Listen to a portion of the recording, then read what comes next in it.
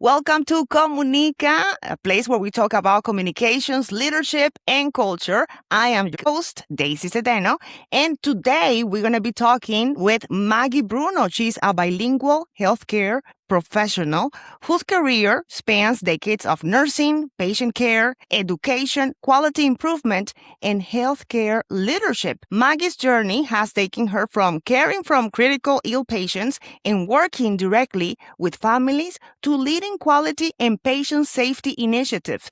She has also been an educator and continues to advocate for better outcomes and better communication within the healthcare industry. And when we talk about healthcare, we're not only talking about medicine, we're talking about communication, culture, language, trust, and access to information, which is so important nowadays. So she's here with us today. Welcome, Maggie Bruno. How are you? Good morning. I am doing great. I'm so happy to be here today with you and talk about my career journey. Yes, tell me a little bit about that. When did you decide, okay, this is my path? Yes. So it started way back in the 80s. My mom was very ill with asthma, and I would follow her to the hospital on multiple occasions. I became her interpreter because we were first generation here in the U.S. My mom came as an adult. I was a small child, and I would go along with her to help her with the language because back in the day, there was no one to advocate for people that spoke different languages. And as a child, I was tasked with that. So I learned a lot about healthcare while sitting, as a scared little child in the hospital with my mom and helping her and talking to the doctors and trying to explain what was going on with her. That is so important to understand your journey because sometimes we think, okay, this person, maybe the mom was a doctor or maybe something happening, but you were exposed to the healthcare system in a way that a lot of immigrants all over the United States, and they don't realize, but for you was different. You said, I can do something, I can impact, there's a calling here. So when did you decide, okay, I've been exposed to this industry very early in my life, but this is something that I can do? You felt empowered to do that? Yes. So early on in my elementary education, I would always they would always ask you every year, what do you want to be when you grow up? And I would say, I want to be a doctor.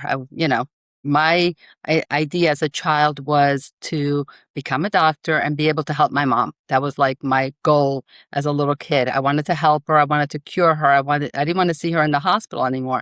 And but some of those teachers, some of those counselors were like, we don't think that going to medical school is really in your best interest. You're an immigrant, you're first generation here in the US. You speak with an accent, you need to read a lot and write a lot, and it's going to be really hard for you. Why don't you think about maybe becoming a nurse's aide, or, you can work in the hospital, but to be a doctor or a nurse or a therapist, we don't see that in your future. And they kind of, put that little negative thought in my head. But I really didn't let it affect me. For some reason, I thought, you know what? I'll keep studying. I'll keep doing my best. And I did. I focused so much on my education as a young child. When I graduated high school in Long Island, New York, I graduated with a Regents Scholarship. And that meant I could go to college. I had passed all my classes. I loved science. I loved math. I loved education. So, and I was studying all the time. Now, I'm not saying it was easy. It was a struggle. There wasn't, as I said, both my parents, Spanish was their first language. They were not able to help me with my schoolwork, but I would always reach out to others. There was always people around. There was a good family friend, Tomas, and he would come over to our house and he would help me with my schoolwork.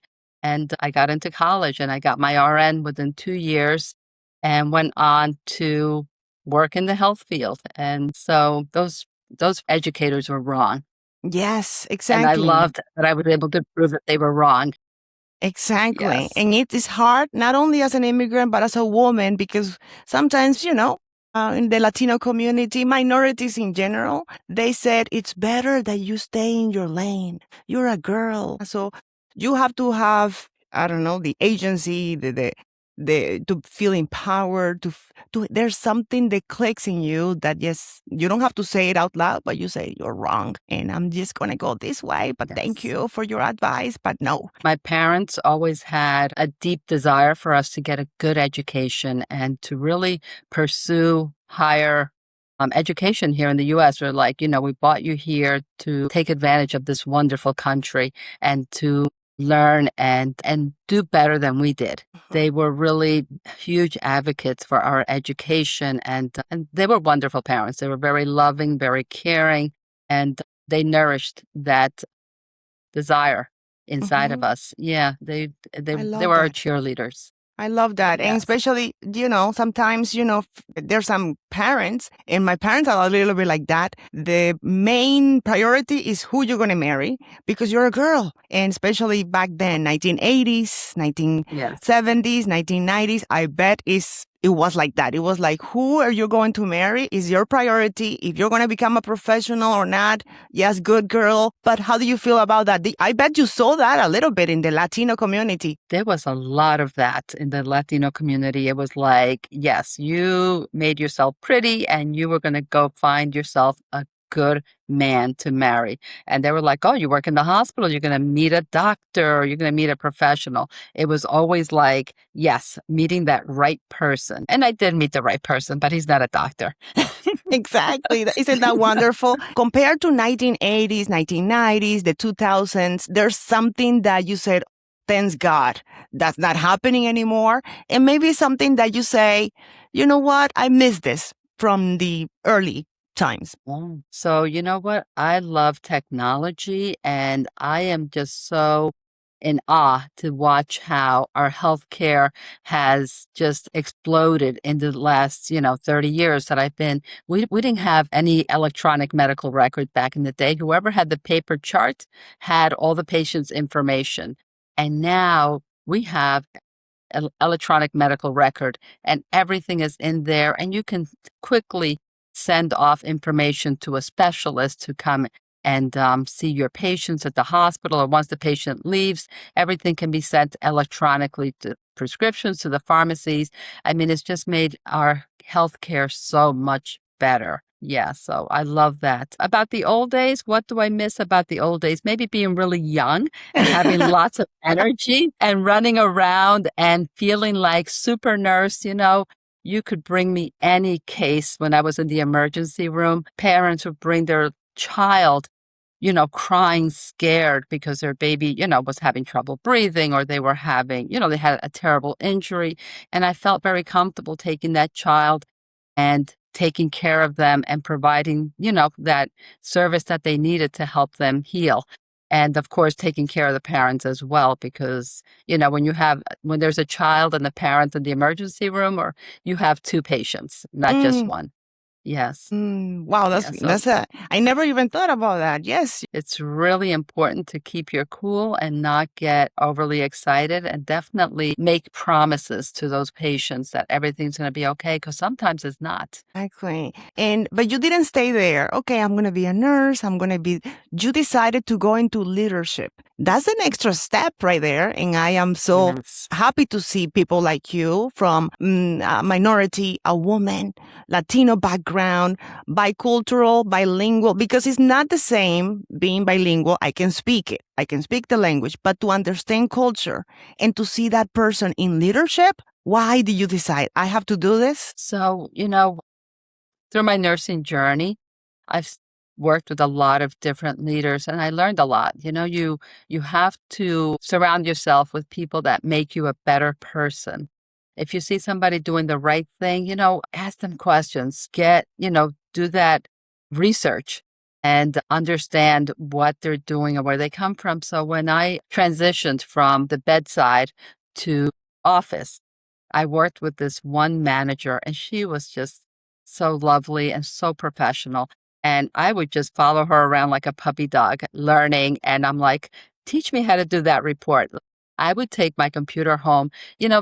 Most people work 9 to 5, but when you have an interest to develop yourself, you're going to need to take that work home and work a little harder. Yes. So I took my computer home, I played with the programs, and before you knew it, I knew how to do it. And I even developed different programs to utilize with our patients. I developed a program called TCAP, and it's about teaching our patients how to care for themselves while they're in the hospital. So when they get home, they can continue that journey of health, self-care. So those for our patients with heart failure, COPD, also known as emphysema, now diabetes, I have Mm. one for, and patients that have surgery. And it's all about, giving them little booklets, putting on videos for them to watch while they're in the hospital. You find that patients spend a lot of time watching TV, and we have all these wonderful educational videos that they Mm. can watch while they're there, and empowering our nurses to teach them. It's not so much just about giving them their meds and ensuring that they get their therapy, but also teaching them every step of the way that, once they leave here, they need to continue their care. They need to go see their doctor. Most people don't want it. Once they leave the hospital, they're like, oh my God, I've seen Mm. 10 doctors every day. I never want to see another doctor. I'm like, absolutely not. You need to. I'm going to make that. I used to make their appointments. I'm going to make that appointment for you. I want you to go see your doctor within a week. And then I call them and check in on them. But I loved it. Yeah, it's been a good run. And I know you have a heart also for the elderly. And I think that's one of the communities that have been neglected for so many reasons. And also, we have another situation that elderly and also illiterate, they are not, maybe they don't have the information. And then we have the language. So, to have somebody in leadership like you that maybe can change, move the needle and say, this is important that we maybe not directly to the elderly, but the families, the relatives, people that you need to know this. What do you see in that world? Absolutely. As I said, those programs, I made sure that they were also bilingual. So there were Spanish videos, Spanish booklets, as well as Creole, because we have a large Creole population in South Florida. So those are our three main languages, English, Spanish, and Creole. And it's really wonderful. The patients get so excited when you can speak to them in their language and give them information that they can actually read and understand for themselves. It's so scary not to be able, to be ill, first of all, to be ill, to be in a hospital. I mean, it would always take me back, to my mom Mm.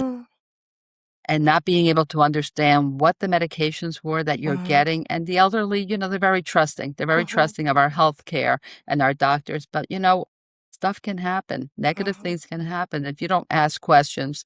And if you can't speak about when you had an allergy to a medication or a certain food or, something that happened in your past, you have to be able to give them your medical history so that they can understand how to better care for you moving forward. Thank you so much for your time, your service, and your heart for leadership and also for impacting the community. But maybe a message that you want to make sure that people know out there. Well, first of all, I'd like to thank you, Miss Daisy, for taking the time to interview me and talk to me. This has been fun.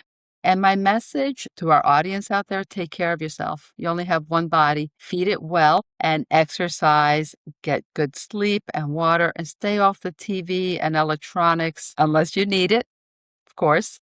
But Mhm. move your body because that's what's going to keep you healthy and have fun. Laugh, joke, and spend time with those people that you love. Oh, I love it. Yes. Well, thank you so much for being with us today. Another episode of Comunica.